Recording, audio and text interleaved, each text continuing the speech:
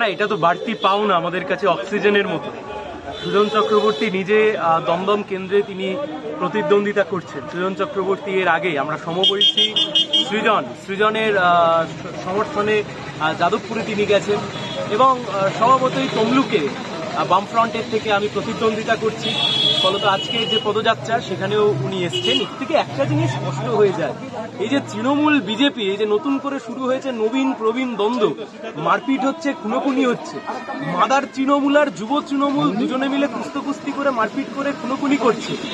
দলে কে মনোনয়ন পাবে পঞ্চায়েতের ভোটে, লোকসভার ভোটে, তাতে যুব তৃণমূল আর মাদার তৃণমূল এসব নিয়ে মারপিট হচ্ছে।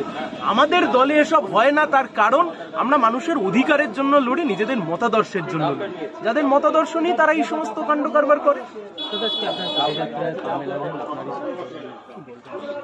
ও তো সহযোদ্ধা এসছে, এটা একটা ব্যাটল ফিল্ড, গণতন্ত্রের লড়াইতে সে সহযোদ্ধা হিসেবে পাশে দাঁড়িয়েছে।